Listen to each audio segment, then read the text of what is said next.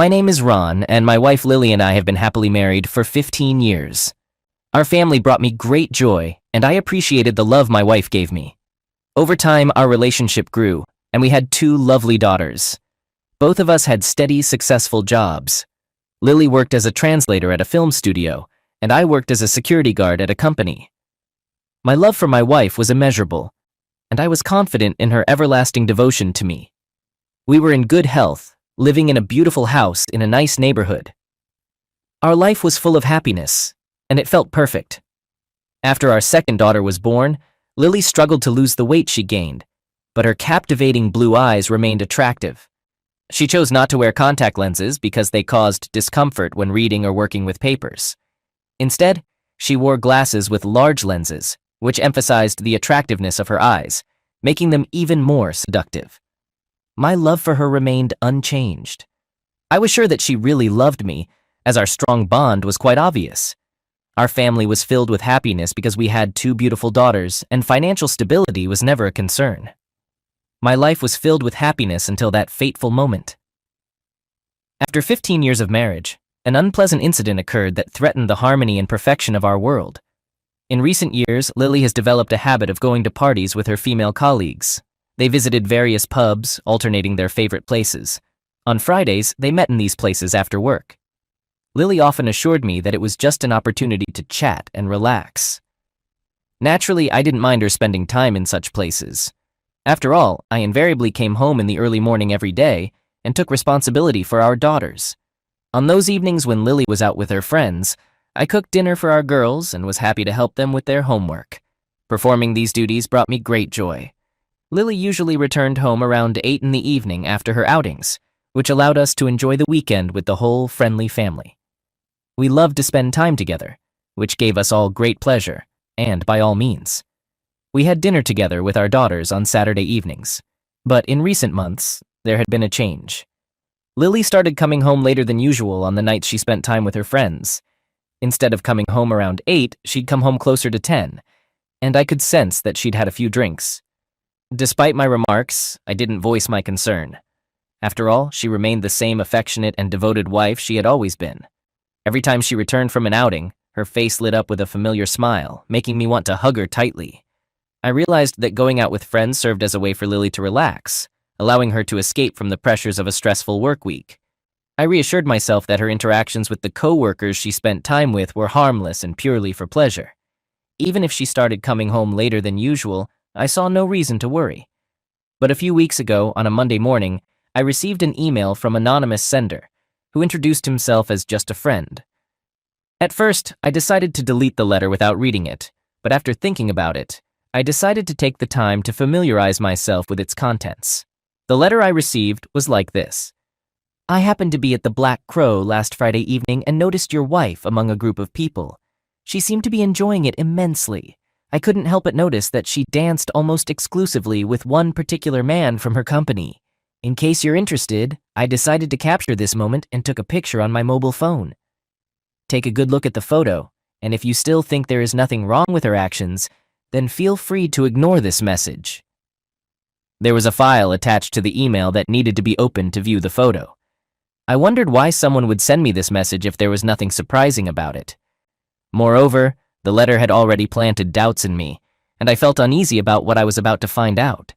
It was not pleasant to learn that Lily had danced while walking with a man she had never mentioned before. Up until now, I had always assumed that Lily dated exclusively female colleagues at parties. However, there was a possibility that she was dancing with someone who was already present at the Black Raven, who wasn't really part of their company. Nevertheless, a lump formed in my throat, and an uneasy feeling swept over me. Despite my inner hesitation, I gave in to my curiosity and opened the attachment. When the image appeared on the screen, it was noticeable that it was not quite centered, as if the photographer had taken precautions not to be noticed. In the background, I noticed my wife's colleagues, both men and women, sitting at a long table. Despite the slight blurring of the image, I could still make out my wife on the right, dancing on the dance floor. She was wearing a beige blouse decorated with red flowers and green leaves, and the same brown trousers. It was the same outfit that Lily had worn the last time she went out with her friends. Thus, I came to the conclusion that the photo I'm looking at now was taken last Friday. That evening, she came home later than usual. It was 10:30 when she hugged me and looked at me intently. When I looked at the picture, I noticed her happy smile, but something drew my attention. She stood on the dance floor, held closely by a tall young man. They were tightly wrapped around each other, with Lily's arms around his neck. I was quite surprised by what I saw. I couldn't remember ever dancing with Lily in such a bad way, or behaving like that with any other woman in public. The man's lower body pressed against hers, and I couldn't help but imagine the sensations he must have felt due to his obvious attraction. In that position, it seemed natural to feel desire. Strangely, Lily didn't appear alarmed by what was happening. Instead, she wore a pleased smile, suggesting her active involvement when they locked eyes. I felt repulsed witnessing my wife, the mother of our 2 daughters, so close to a stranger and openly displaying affection in public. The disbelief I experienced was beyond words. I knew for certain she would never dance with me in public like that. I couldn't understand why she would allow a complete stranger to act this way with her. A question arose in my mind. Was he truly a stranger? Doubt crept in and grew rapidly, overpowering all my attempts to suppress it. Various scenarios involving my wife and unfamiliar men began to play out in my mind. A strong sense of nausea washed over me, leading me to rush to the bathroom where I regretfully vomited my breakfast. Perplexed, I observed Lily, my beloved wife, behaving in a manner that hinted at promiscuity. Was she really having an affair? How could she betray me and our 2 daughters like this? Countless other questions filled my thoughts, but one kept recurring. Who was this man? I couldn't help but assume he was a colleague of hers. How long had this secret involvement been happening right under my nose? What drove her to engage in such a deceitful relationship with him? Had she betrayed me? I was determined to uncover the truth and gather solid evidence of what had truly occurred. With a renewed sense of purpose, I tried to uncover the latest information about Lily's actions. For the next half hour, I retreated to the bathroom in my room, attempting to regain my composure and mental clarity. As time passed, a whirlwind of emotions stirred within me. Disappointment, sadness, anger, fueling a growing desire for revenge. I found myself gripped by intense feelings that provoked a strong reaction. At one point, I wanted to lash out at Lily, vent my anger and frustration. In the next moment, I wanted to embrace her and implore her to end her relationship with this man. Divorce seemed like a viable option, but within a few minutes, I was already considering forgiveness and giving her another chance. Sitting on the toilet, I began to question my sanity as these tumultuous thoughts consumed me. Eventually, I managed to regain control of my emotions. I decided to avoid impulsive actions and patiently monitor Lily's behavior before taking any definitive steps. It was crucial not to let my emotions dictate my decision, as I needed a clear understanding of the situation before making a choice. No, I had to remain patient and refrain from confronting her with what I had discovered. At the same time, I was resolute about uncovering the truth at any cost. I needed concrete evidence to determine if she was being unfaithful or simply indulging in excessive enjoyment. However, I couldn't ignore the fact that she had deceived me by withholding the full truth about her outings with her friends. I noticed that her workplace was just a few blocks from where I worked. Given my frequent business trips, it was relatively convenient for me to keep an eye on Lily. So, the next day, around 11:30 a.m., I discreetly parked my car at the far end of her workplace's parking lot. Thanks to the tinted windows in my company car, I was confident that I remained hidden from prying eyes as I carefully watched the exit door. I patiently waited there until 1 p.m., but she never appeared. I repeated this pattern throughout the week. Finally, on Friday at 12:15 p.m., I spotted Lily with 3 individuals, 2 men and a woman. They all got into a black BMW with Lily sitting in the front seat next to the driver. Without hesitation, I followed them. Our discreet journey took us through busy streets until we arrived at the parking lot of an upscale restaurant. From my spot across the street, directly facing the restaurant, I observed her cheerful laughter as they entered. Remaining in my car, I patiently awaited their departure, which occurred at 2 p.m. Lily walked alongside a tall man with blonde hair, the same man she had danced with in the photo I possessed. There was an air of excitement and camaraderie about them, evident in her playful interactions with him. It was this display that stoked my anger. Together, they returned to her workplace and disappeared inside. Up until this point, Lily hadn't committed any serious wrongdoing, except for not informing me of her actions. She frequently dined with both men and women. But what troubled me most was the seemingly socializing this group displayed during lunch. Two couples, clearly not friends or colleagues, and that concerned me deeply. What struck me as unusual was that on that Friday, Lily didn't join her female colleagues for their post-work gathering. She returned home at 5:15 p.m., cheerful and wearing her usual smile, displaying remarkable self-control. I refrained from bombarding her with questions, but as we sat in front of the TV after dinner, I couldn't resist inquiring about her day at work and her lunch. For a moment, she appeared confused, but she quickly responded. She claimed to have had a tuna sandwich she had prepared that morning before heading to work. A liar, and possibly even a cheater. Despite my mounting anger, I couldn't ignore the urge to embrace her when she looked at me with her beloved blue eyes. Even as she uttered this blatant lie, conflicting emotions surged within me, torn between resentment and an overwhelming desire to hold her close. Such deep love for a person could elicit such emotions. I knew full well that I had to maintain my composure and self-control so as not to act impulsively and later regret my actions. Instead of pursuing her with questions, I made a conscious choice to change the subject and discuss my own workday. I attempted to behave as I normally did during our weekends together. Lily didn't seem to sense the gravity of the situation. Furthermore, that evening, we exchanged hot words twice, and she behaved as affectionately as ever, like a loving wife. During our vacation, we decided to take our daughters to the zoo to create cherished family memories. For a while, I forgot about the events of the past week, and our day was filled with laughter and joy. Throughout the week, I refrained from monitoring her whereabouts during lunch, as I planned to track her down on Friday evening after work. When my daughters returned home at 3:15 on Friday, I was already there and eagerly awaited their return. I ordered pizza for them, ensuring their happiness, and explained that I had some business at the office. I left them both. My daughters had become quite independent, and I calmly left them alone in the house, provided they locked the doors. I knew they would be sound asleep in their room by the time I got back. Without hesitation, I got into the car and headed to Lily's workplace, arriving there at 5 o'clock. Observing from a distance, I noticed how she drove out of the parking lot, heading in the opposite direction of our house, indicating her intention to meet her friends at the pub for an evening party. It was not difficult to follow her unnoticed, as a line of 6 cars served as a convenient shield for my car. En route, my wife's Toyota seamlessly merged with other cars heading to various venues like a pub, a gathering place, or a dance hall, depending on one's perspective. 10 minutes later, I spotted Lily's Toyota, along with 6 other cars, entering the parking lot adjacent to an establishment known as the Glass Shoe, which uniquely combined a bar and a restaurant. Choosing to remain discreet, I parked the car at the far end of the parking lot, carefully observing the surroundings from the side. After everyone entered the establishment, I exited the car and took a leisurely stroll around the vicinity.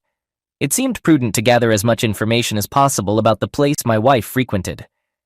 The pub stood a distance away from other buildings, surrounded on all sides by a parking lot.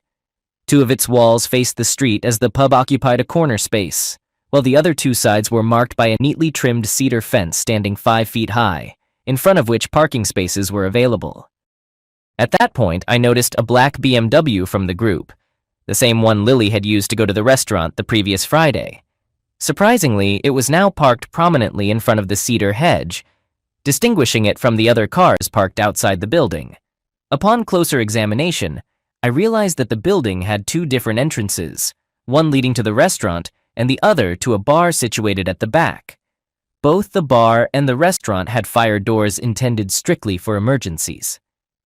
On the opposite side, where most of the cars were parked, there was an additional entrance.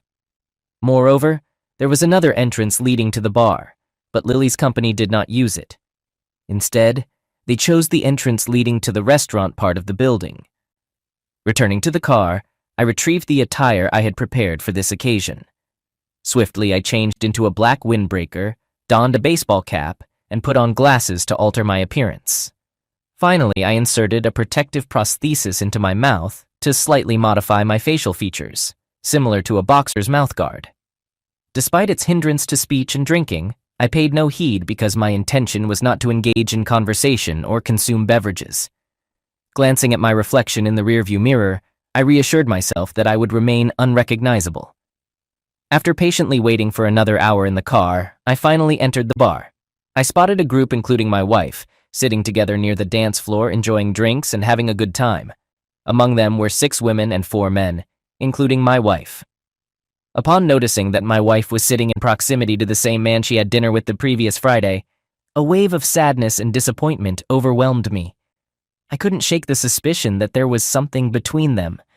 Deciding to distance myself from the situation, I chose a table in the far corner, as far away from them as possible.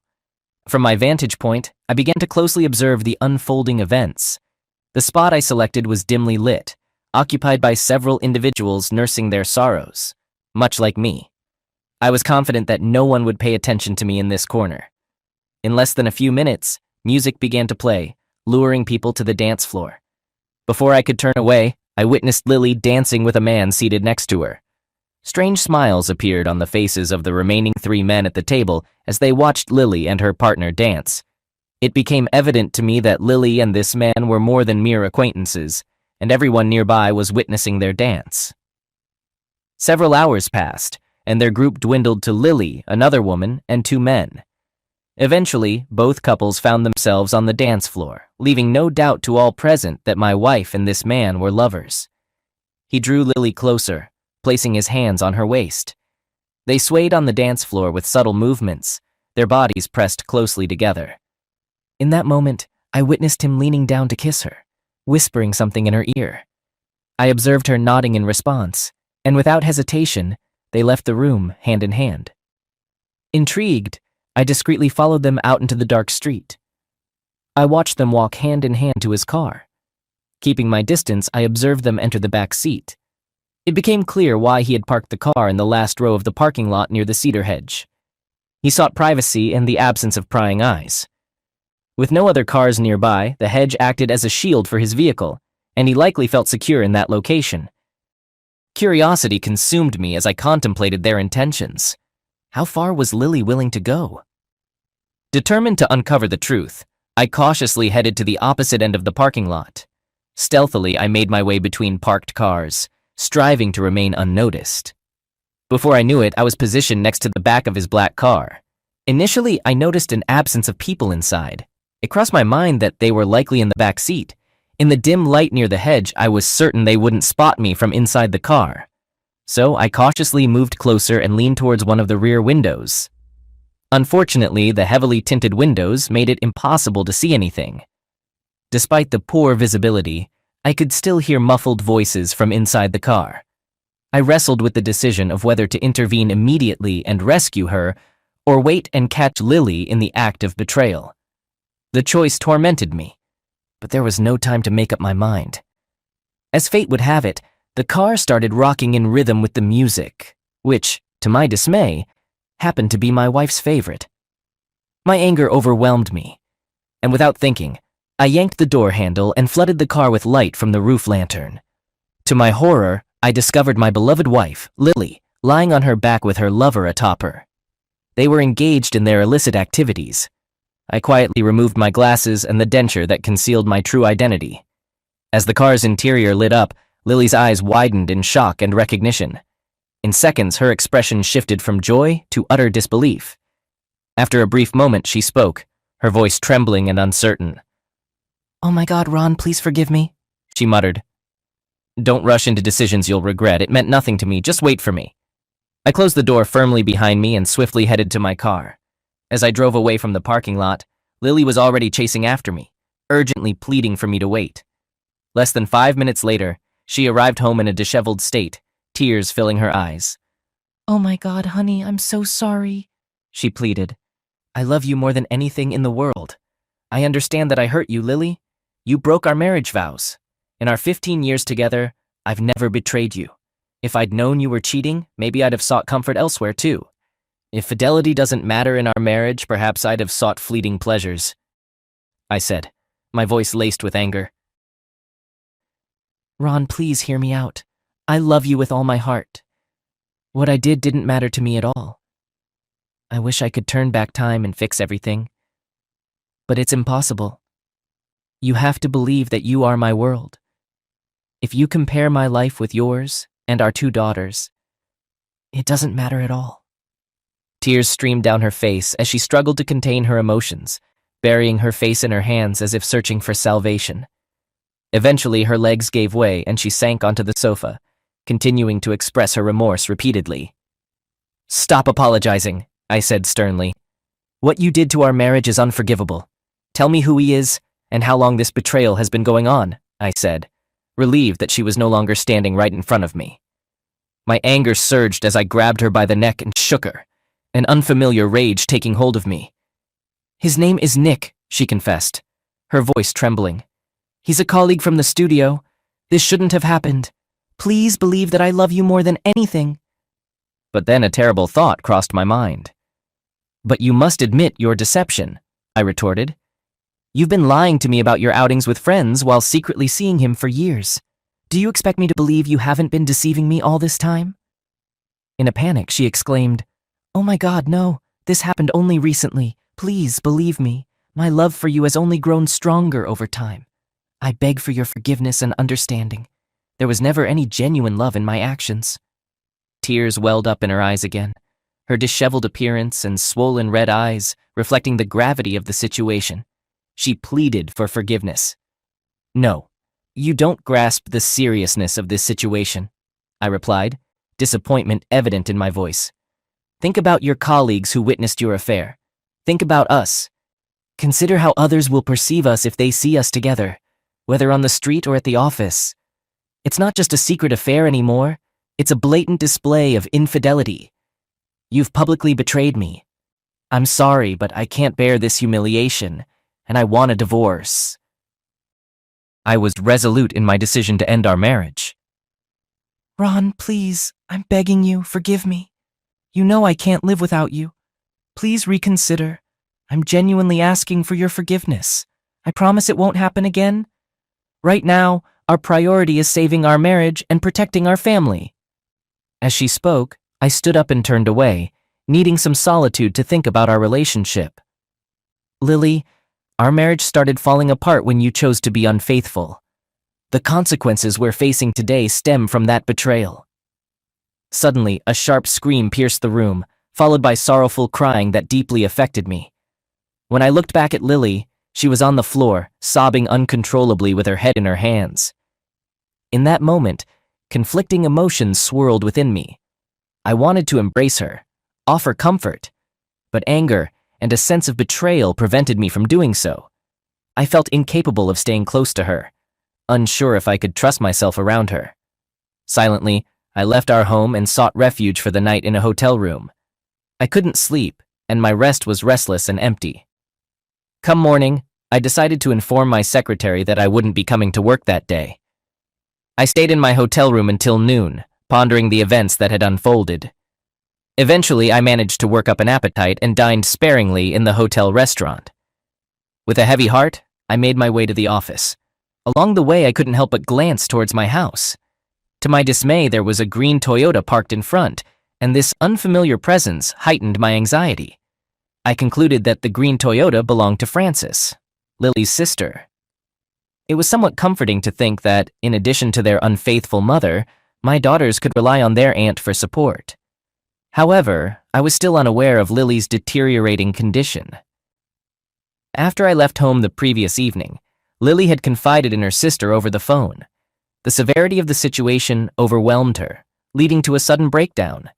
Now she was in the hospital, grappling with the aftermath of her emotional breakdown. It wasn't until I arrived at my office that I received the news. I received a call from Lily's sister, Francine, and we had a lengthy conversation. According to her, Lily was in an extremely critical condition, constantly in tears and anxious. What shocked me was that less than an hour after I had left the previous evening, my elder daughter had reached out to Francine, informing her that Lily was delusional and I was absent. After their conversation, Francine hurried to my house and witnessed the dire state of her sister. Recognizing the gravity of the situation, she wasted no time in calling an ambulance for emergency medical assistance. Francine assured me that she would stay at my house to care for and support my two daughters during this challenging time. She strongly urged me to visit my wife at Santa Maria City Hospital. When our conversation ended, I was overwhelmed by shock. I realized how selfish and dismissive I had been the night before. The weight of my actions, or lack thereof, weighed heavily on me. Did I truly decide to leave my home, abandoning my daughters and wife when they needed support the most? Maybe. But one thing was clear to me. If I had stayed with her that evening, there was a disturbing possibility, however small, that my emotions could have led to cruelty due to the immense pain caused by her actions. While she may have played a significant role in the breakdown of our marriage, I had never considered myself a person who ignored problems or avoided facing them directly until yesterday. Was that what I did? In this situation, Lily and I were confronted with a monumental issue, certainly a significant one. But was leaving my family when they needed me the most the only way to justify my decision? Regret and guilt overwhelmed me, intensifying my sense of sadness. Tears streamed down my face as I hid behind the table. Deep down, I wondered if there might have been an alternative path. A path of forgiveness, reconciliation, and perhaps even a distant chance to salvage what remained of our relationship. Of course, the fact that we were in this situation was the result of Lily's actions. She bore full responsibility for betraying the sacred trust that should have been reserved solely for me. But the thought of ending our marriage weighed heavily on my heart, knowing it would cause great pain to my two beloved daughters. It became evident that I needed to explore an alternative solution, and I contemplated the idea of forgiveness. Gradually, as I processed the shocking news of Lily's hospitalization, I found a renewed determination.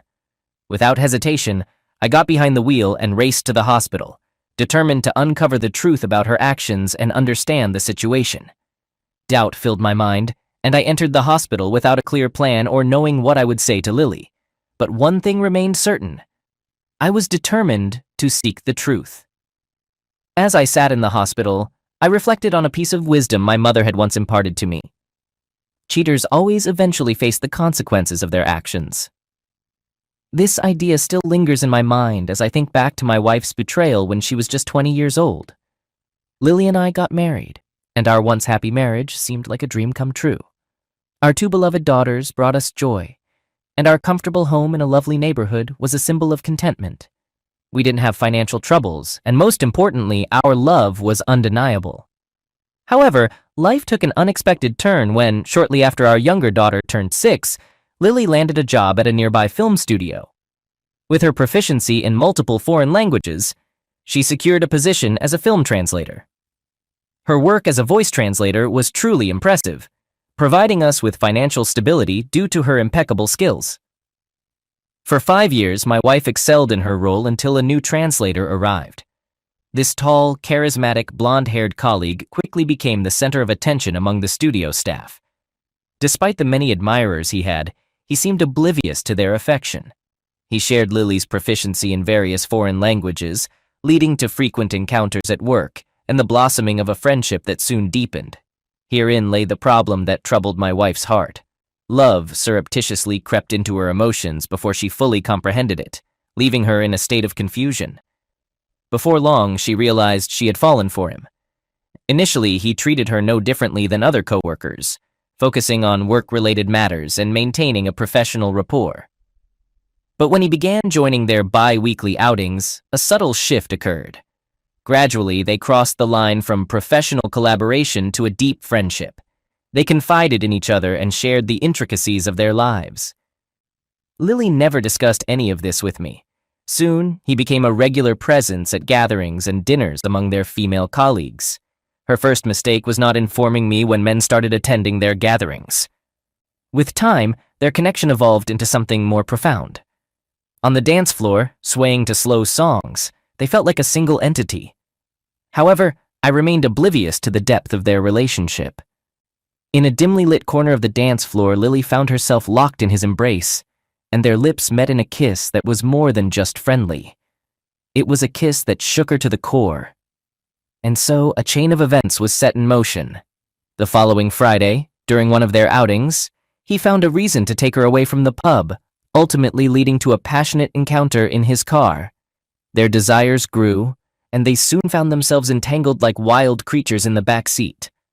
Overwhelmed by guilt upon returning home, Lily was determined to give me the love and affection I deserved, unaware that as her husband, I deserved unwavering loyalty. However, due to their daily interactions at work, it became increasingly challenging for her to distance herself from him. They had grown too comfortable in each other's presence. But Lily's love for me remained steadfast. I was willing to sacrifice everything for Ron because my love for him remained unshakable. Lily never intended to hurt me through her infidelity, but she was gravely mistaken in believing that her connection with him surpassed the bond we shared. This affair continued for 4 months, and now she lay in a hospital bed revealing all the details of her betrayal. I listened, shedding tears without interruption. Lily vowed to do whatever it took to save our marriage. However, I couldn't decide whether I could live with the memories of her infidelity, but I couldn't bring myself to tell her. After all, my beloved wife was in a fragile emotional and physical state, and I didn't want to inflict further pain on her. So I returned to my hotel room and contacted my lawyer, asking him to prepare the necessary divorce documents. I was deeply concerned about how the divorce would impact Lily's condition. I didn't want her to suffer, but it seemed inevitable. While the divorce papers were being prepared, I spent quality time with my beloved daughters. I didn't plan to seek custody. Instead, Lily and I should jointly raise them, albeit not under the same roof. However, my plans unraveled when my lawyer delivered the divorce papers to Lily, who was still in the hospital. Her emotional state worsened upon learning of the divorce, and that dreadful day marked a turning point for the worse. She suffered a stroke when she realized I had initiated divorce proceedings. When her doctor informed me of this, I began to despise myself. I should have waited to proceed with the divorce until Lily had fully recovered. I spent 3 days by her side, holding her hand. Lily's condition deteriorated, and even after 2 months she only showed partial improvement. She was left paralyzed on her left side, and it was a heartbreaking situation for all of us. I blamed myself entirely, but at the same time I understood that if Lily hadn't engaged in a secret affair with her colleague, none of this would have happened. No matter how hard I tried to convince myself to stay in the same house with Lily and our daughters, I couldn't do it. Every time I looked at her, I would be reminded of that scene of betrayal in the car. So, I packed my belongings and moved into a nearby rented apartment to stay close to my beautiful daughters.